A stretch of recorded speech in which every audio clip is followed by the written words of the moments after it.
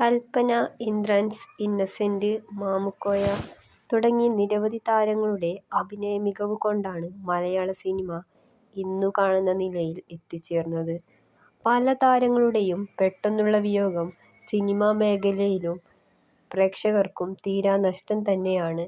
മലയാള സിനിമയിൽ മറക്കാനാവാത്ത നിരവധി ഓർമ്മകൾ സമ്മാനിച്ച് അകാലത്തിൽ പൊലിഞ്ഞുപോയ താരങ്ങളെ പരിചയപ്പെടാം.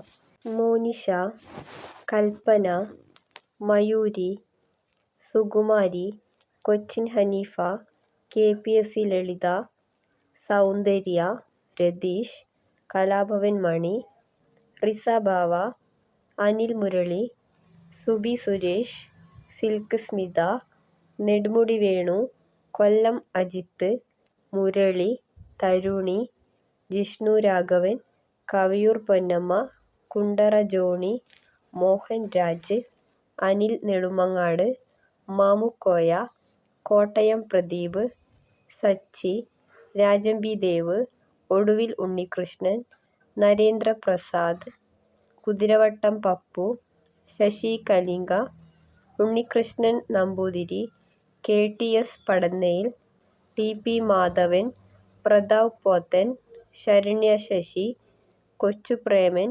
മേഘനാഥൻ.